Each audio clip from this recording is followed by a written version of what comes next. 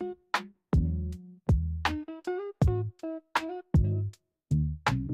must. I think it is very important. You know, to have those conversations about just to unpack everything and just hear from Bona at that time, you really or which space you understand. And then which space they are in right now. I feel like more than anything, now that we are grown, we are able to have conversations about it. I was close with my mother growing up.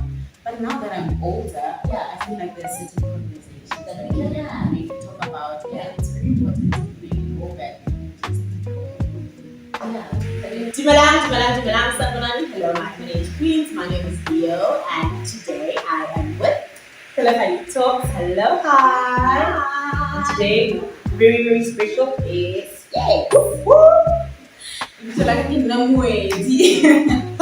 Hi, Moeidi. Guys, this is so unnatural. I feel like everyone is looking at me like, I don't know. I just feel like we are everyone.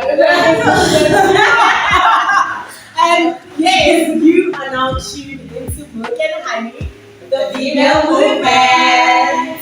Yes, so we've got a special guest, Moeidi, and y'all know KHOLOKGADITALKS. You know, today we are here for a conversation with purpose about healing. But before we start, this episode is sponsored by Mommy and I YouTube. Shout out to Bonso Moila for availing a space for us to have conversations with purpose.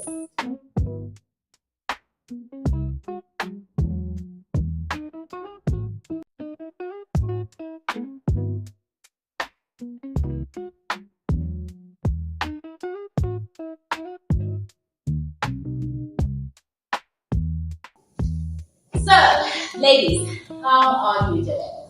How has the past week been? Well, another life is like saying, surviving. I don't like saying that, but it is really. I'm still here. I got to it. Yeah. Amen. I'm here. Amen. Survival world. Yes. Wait. Me, I'm okay. At least I'm okay. At least I just need some space and things. So I like it when it's therapy. But I'm okay. Well, I'm healing. I'm growing. I love that. And may the spirit go on and may the spirit you know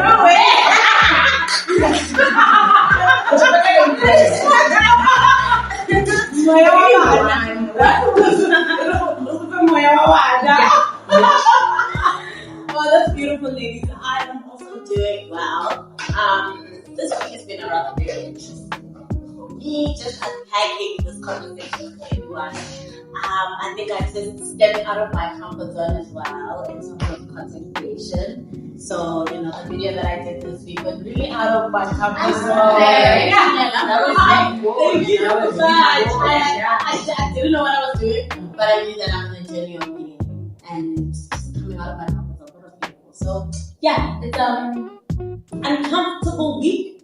I'm facing my darkness, my demons, but I'm doing shadow work. I'm doing shadow work. Nice. Yes, I am doing shadow work, and it's a bit scary, but it's good. I mean, on the other side of the unknown, it's Kodak. You don't know where you are going. The unknowns are scary. But on the other side, it's a rainbow. Yeah. And you know what I'm thinking about as you say that, like on the other side of the unknown, Kodak, right? Yeah. And I remember something we spoke about in COVID that place where you begin to create, where you begin to be yourself. It's a dark place. So we need this darkness to be able to grow into better versions of ourselves. That's growth happens in dark. It's dark spaces. So yes. That's how we are doing. I wonder how you are doing today. But not again, the big question, ladies, is how are we healing? And actually what are we healing from and how are we healing. And before let's say nothing, before we get into unpacking the quote, because we want to unpack the quotes that before we unpack, ladies, I want to read a comment from Precious. I'll just read through and then I'll tell you about it afterwards. So she says, I hardly participate or send messages, but I want to share this one. Tuesday's session was truly enlightening for me. I learned that healing is a lifelong journey. I realized that even after all these years, I still find myself crying, wondering why my dad had to leave us so soon. He passed away when I was just 7 years old, and even though it's been 28 years, the pain still lingers. I guess I'm never completely healed. One of the ladies spoke about self-parenting, self-sibling, self-relationships, and it really struck a chord with me. I realized that without even knowing it, I've been doing it too. It reminded me of my mother's story. She's still around, but when I was 13, she left me and my brother. And I had to step up and be a mother to him at such a young age. For years, I blamed her for leaving us until one day she told me that if she hadn't left to find work, we wouldn't have been able to go to school and we might have starved. That conversation changed my perspective, and since then, I've tried to let go of resentment and move forward. But it's not easy. A part of me still whispers, why? I was just a child myself. Healing takes time, and I'm learning to embrace the process. I pray we all heal from what we have been through and what we are going through in every aspect of our lives. I didn't read the whole message. Right? Yeah, but Deep. Absolutely deep. I know. And this came after our this came after our meeting, our membership meeting, when we started to unpack this conversation. And really, it's a deep one, ladies. Any thoughts on that? well, that's a long message, basically. And I really relate a lot when it comes to her self, healing from her self-parenting. And yeah, you're not supposed to be that. You're not supposed to be taking care of your siblings like that, but yeah, it is what it is, right? Yeah, because her mother had to do what she had to do so that her never cool, you understand? Right? She didn't have any other way to do it, I guess. Yeah. I think this just reminds me because my dad passed away when I was 29? Yeah. Just before I turned 20. Yeah. It's about 29 he passed away.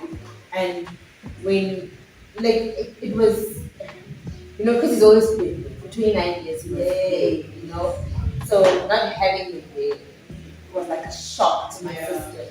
So I remember talking to one of it's a relative of some sort, and she had lost her husband, and her children were still really young. I think they were around about the same age as Precious. Yes.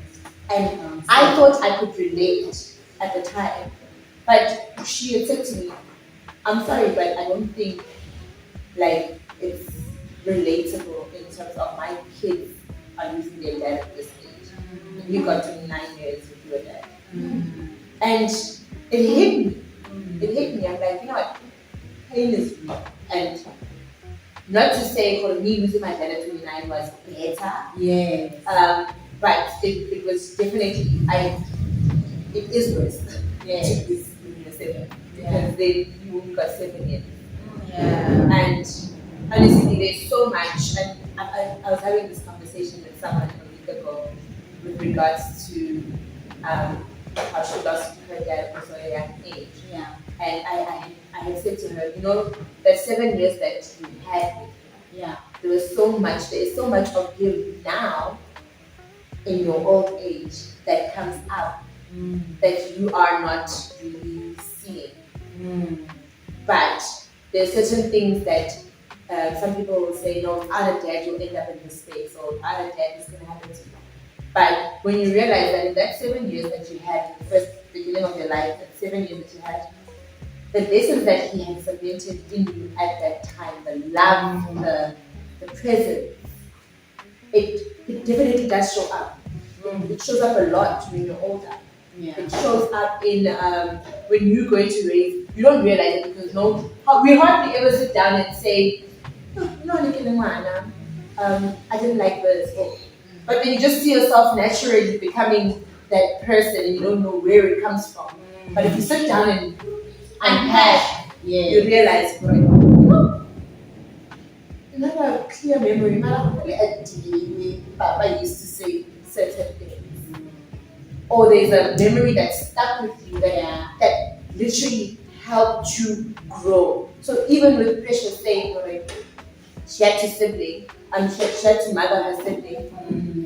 She mothered and fathered because that, Oh my goodness. that experience that she had, that's how she knew how to prepare. And 7 years she referenced in order for her to, you know, and although with the mother being there also, and Mama Hines are the thing, these are two conversations that we need to go back to and have with those parents. That's why she said Yeah. it's very deep. And this is the moment when you realize, actually, in as much as the other parent wasn't there, he was there with what he left in that setting. That's how they do things. And I also love your psychology background. Just also gives a lovely perspective to your conversation. I love it. Okay, let's get into unpacking the personal views. I think let's start with Moeedi. Would you like to start? Okay, let's start with Moeedi. Let's read up your quote and what your quote is saying today. My quote is from a Nigerian author. Her name is Ichioma. Okay. And I remember the first time I came across this quote, I was so moved because I thought I related so much to this quote. So the quote is, bless the daughters who sat carrying the traumas of mothers, who sat asking for more love and not getting any, carried themselves to light. Bless the daughters who raised themselves. So this is from the Nigerian author called Ichioma. Yes. And when I read it, when I came across it the first time, I thought, this is really acknowledging the hardships, you know, of daughters that grow up without the emotional,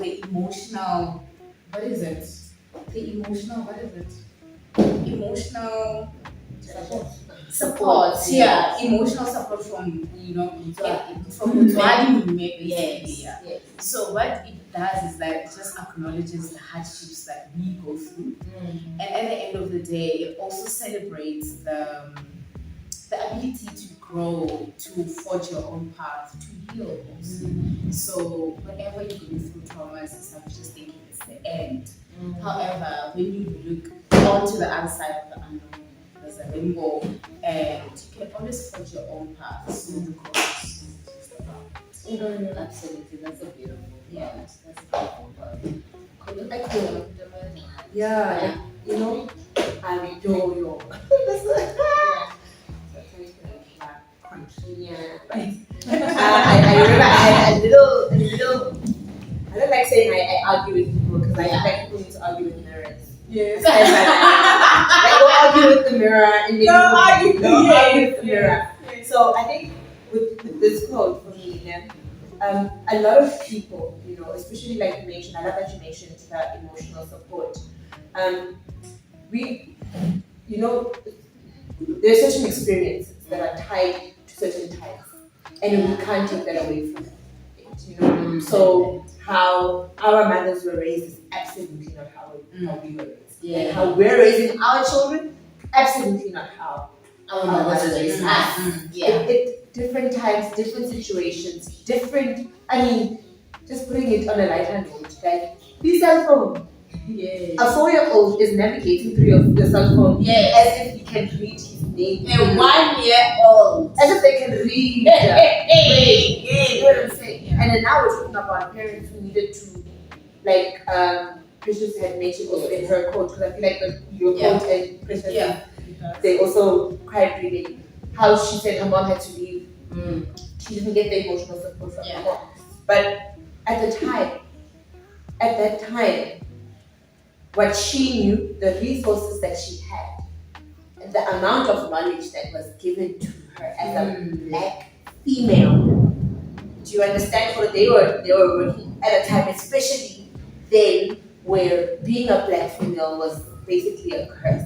It was like the worst thing to be. You were just prone to abuse and quietly walk through the abuse.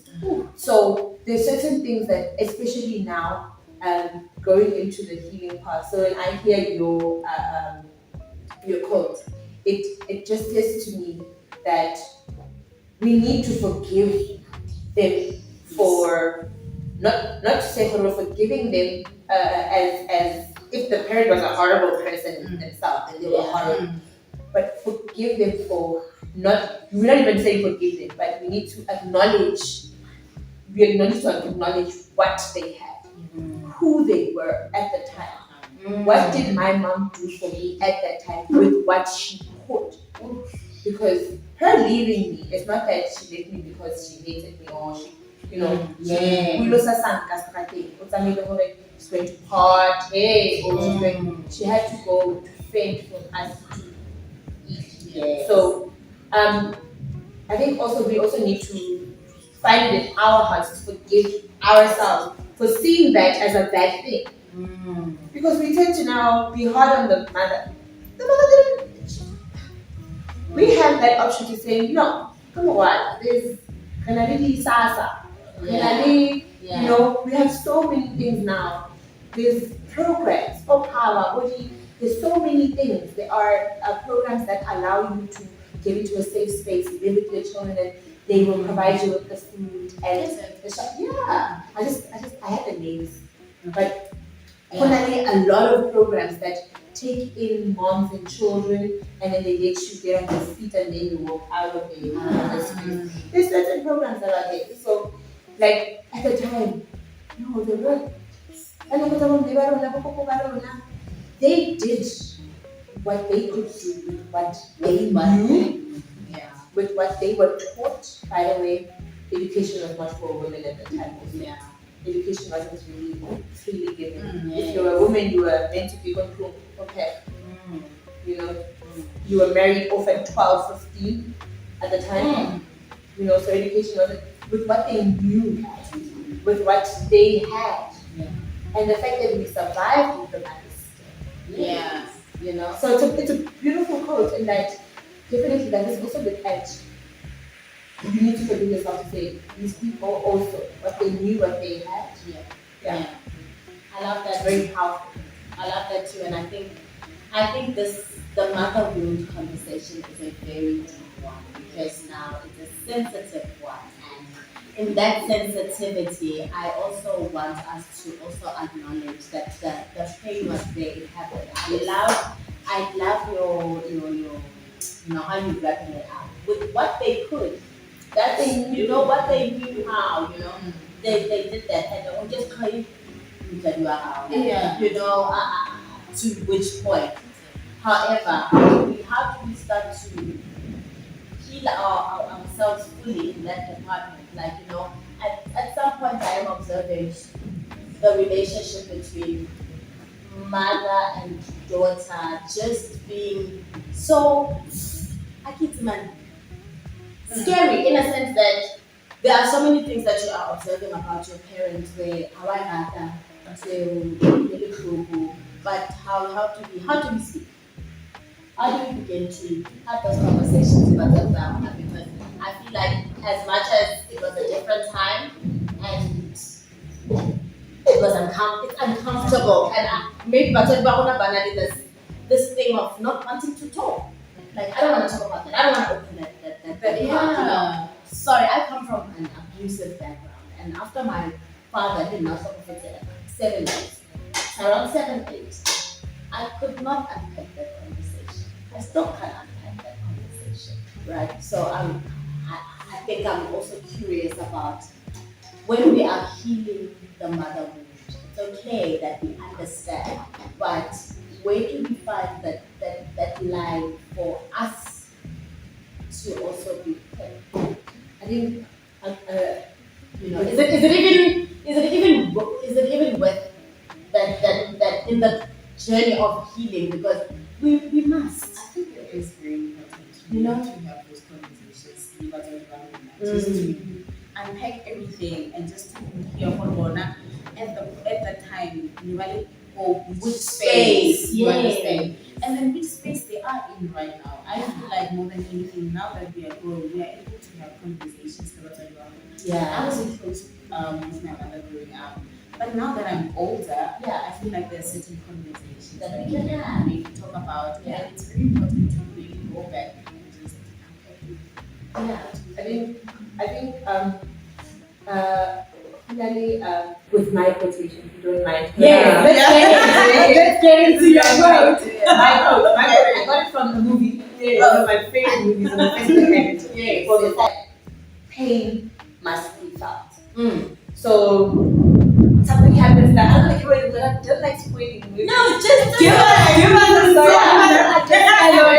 Anyway, so for me, what that meant, that quote said in terms of the pain must be felt. Pain needs to be felt. Yeah. It's like with any other emotion that you do with. Yeah. We, especially like when I say, it's difficult to have conversations with our mothers or our grandmothers. Even worse, our friend. Or any other caregiver. I'm thinking mothers are hard-headed. Mothers are I think- no. I think mothers are hard. it's not easy because guys, if I'm obsessed, apart from parenting, I'm obsessed with finding out how and why certain myths and things that were back in the days. I always tell myself these things came about because they didn't happen once, they didn't happen twice. It was something that was happening over and over and over again for it to become that. Yes, I understand. So there's certain things where mothers aren't supposed to talk. It goes as far as you just keep quiet and you endure. Yeah. So the endurance, we can even take it look biblically as well. Endurance is a huge part of us as women, our personalities, if I should say, endurance. Okay. So I think we are going into a space right now. We're going into a space where we're more liberated. We can sit together now and say, "Born, I don't like how you talk to me," and you stand up and walk out. There are women who are so powerful, women who genuinely are now men in their own right. You know, so I think the conversations that we're going to have with our parents, we need to keep in mind, they never had that luxury of being told, as a woman, you have a voice. Instead, when they tried to raise us, they were trying to say, That is funny because my mother used to do that a lot. Don't let anyone do that to you.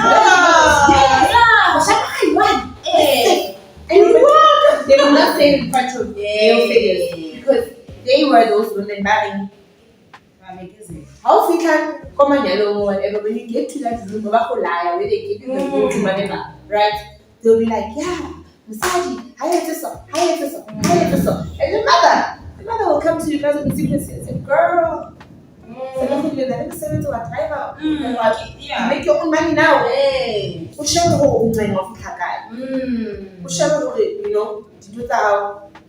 They're giving us private conversation. They're giving us these lessons from their pain. Sometimes they let you go through it to say, leave this child to learn on you. They are throwing you off the nest. Sometimes it's not that they were being horrible. Sometimes it's that they didn't know how to say the things that we can freely say to them. And did they even know how to heal themselves at that time? No, our parents are helping people. I do not think They so. are not healed. They are not healed. Yeah. I think that is the And then realization. here's what I wanted to tie the conversation. The questions you were asking me, I would say, guys, in as much as you want to have that conversation, I need you to go into that conversation as a healed person first. Ooh. Acknowledge your pain. Yeah. Acknowledge that what mama did to me, it hurt. Yay. Before we can start going into it any deeper, acknowledge the pain. See the pain for what it is. If you have to cry it, sweat it, do whatever you have to do with that pain. Acknowledge the pain as something that exists. Once you've acknowledged the pain, it's easy for you now to say, okay, I've acknowledged this pain. Yes. It hurts. Yes. How can mama look away? Yeah. You are aware of the pain. Therefore, as soon as you start boiling, you want to know what I'm boiling from a point of pain. So you are going to start the conversation with mama. You know? Yeah. I am trying to deal with this. I'm trying to deal with this. And then when you go into that conversation, it's not about you. Yes. Let it be about her. Ask her. What happened to you? Woo! Because this ties in with everything I'm already speaking about. Mutwadi will always give one a higher what they are feeling. Your emotional space, your emotional experience, your emotional. I'm one person who always wants to force my boys to have a tight relationship with their dad. Not because they're boys and dads, no, because I had a tight relationship with my dad. We were super close. I could go to Liverpool, drive hours with just me and my dad. My dad and I were best friends. And then because of that, I genuinely believe, and that's the most experience. I think at a certain time in my life, I was closer to my dad than I was with my mom. But not because my mom was, it was just that, you know, It's the way it was. I gelled and I was, you know, it was great. And I wanted, like, I genuinely want that. My kids, like, that's really cool. Go to Before you leave out, I want to take from what you are saying and bring in my quote. Right? And my quote says, a broken heart heals as soon as we allow the healing to go as deep as the wound. Right. So now that takes me back to what Kuli is saying about first you have to sit with it, right? You gotta sit with it. You have to calculate, and I think this is what I went through, right? Calculate, think, what happened? What happened to me? Or what like into the ground to you, you know, cry about it and release it. Okay, now, okay, fine. Now, what happened to my mom? For her to have put me in that position. What was going on with her and her life? And you unpack and you unpack. And I think I get what you mean.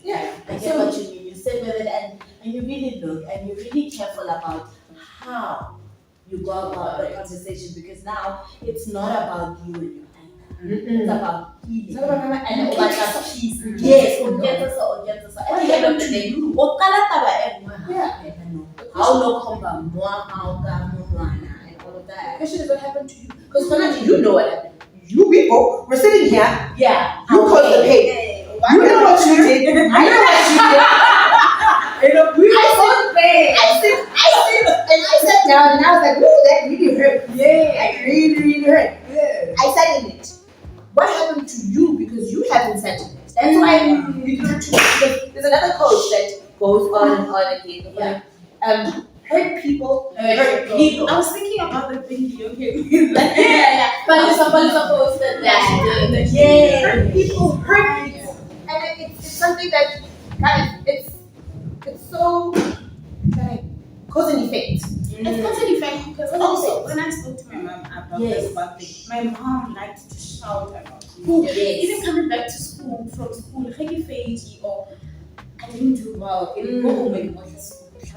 What, and then she'd come back, shout, like, you're supposed to be teaching me, why are you shouting? Why, you understand? So this one day we had a conversation. I was like, but why not listen to also why not why would you shout at something you were supposed to show me, like go through it with me, other than like you understand? Well, And she was like, sorry, the popular one who was saying, if you do this in my face, if you say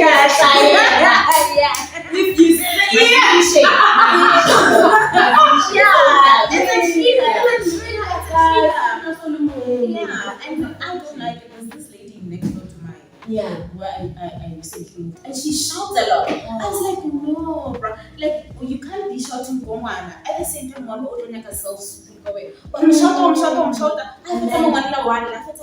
Mama, can you hold me? Well, like you causing stress, and you the same yeah, you understand that is not cool. But however, my mom was like, no, that's how I grew up. You know, we went to the job. I'm like, so you just decided to continue it. Yeah, so help people. So this is why Yes. this is why my emphasis on when you do have these conversations with parents, because I know there are certain things where I find difficult in my journey, living alone, and I will sit down and I'm like, well, you know, I never really saw this part of your marriage. How did you navigate that? And as soon as Mama starts unpacking, she'll always unpack her mom. And then you realize already, It's all right. the reason why sometimes killing thing as well is because of how it was modeled to me. And this is like, there are certain, if you can sit in your pain and feel it, and feel the pain, and ask yourself, why does it hurt? You know, like I said to you guys, I don't like arguments. Yes. But I find myself in so many arguments sometimes. I'm always get annoyed because go argue in the mirror. You want to listen to me, go argue in the mirror. But yeah, so we were having a back and forth with my little club guys. And one of the things that we were touching on was the idea for it. I'm like, guys, a lot of the time, if you can sit down and talk to any person on the face of the planet and ask them, why it is so? It always boils down to mama, papa, or lack of mama and papa. But it always boils down to a parent. It's like a parent, like it always comes down to that. When I was 6, 7, this is what happened to me. When I was 10, this is what happened to me. You know what I'm saying? It always boils down to that. And if you can sit down and say, I remember I was asked by another friend, why does it bother you? Kushiwa. I don't know, I can't kushiwa. And I didn't realize I can't kushiwa for the longest time until I remembered when I was around 7, 8-ish now, or at an age, at the time it was okay. I never vomit. Yes. When I get it, Yes. my mom would come in and say, guys, you know that was our favorite time. Yes. How was a child and my child?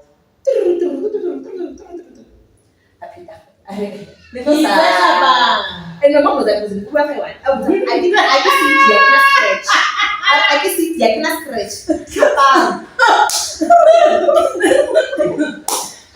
That's what I reverse the car with my brother. I would tell I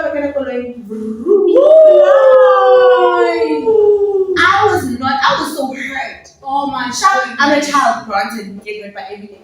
Yeah. But the fact that one stuck with me for the rest of my life. Every time what the other one I can my husband leaving me to go wherever he wants to go. Like, why won't she? And it's not a matter of like people are okay with Sala. After I realized, so it goes back there. I'm like, child. I'm like, oh, but again, that day, the corner, maybe I need to start looking. At that as cause and effect. You know, she was trying to teach me a lesson. She wasn't that horrible. You know, so it's one of those things where any incidents, especially when we were young, it was one of those. Mama would really high five. Put your shoes on. To teach you a lesson as well. Those things can cause scars on you as well. That we cannot. How? Another thing I always do. How we respond to certain triggers, even at an age as tender as childhood. Yes. That is out of our control. That is based on your temperament, which is innate, which is natural. That's something that you are born with. Yeah. Correct. What angers you at 5? Because, the different 5-year-olds. The one could be angered by you touching their dog. Yes. The other one could be angered. Don't touch a thing. Yeah. The other one could be angered by, things that we find as, if it's second 12, the other one can be angered by one thing. You are 5. How do you know for the good what to end? Certain things some kids are born with that. Temperament is something that you're born with. So the response to certain things that we find as man, hey, that important. It could be worse. It could be worse, Those are certain things that you also need to heal from. But she, guy, because she was like, another time, actually, because of my actions. Yeah. I'm not going to look at it as that. But the more I start looking at it, I'm like, oh, okay. Now, how about she? I'm a lot more calmer than I was back then. Because I'm more like, Yeah. I actually like staying. I actually like being alone. I like being alone. So there's a lot of us having to feel the pain that we have inside of us before we talk to anyone else, because everyone is walking around with their Carrying own something. pain.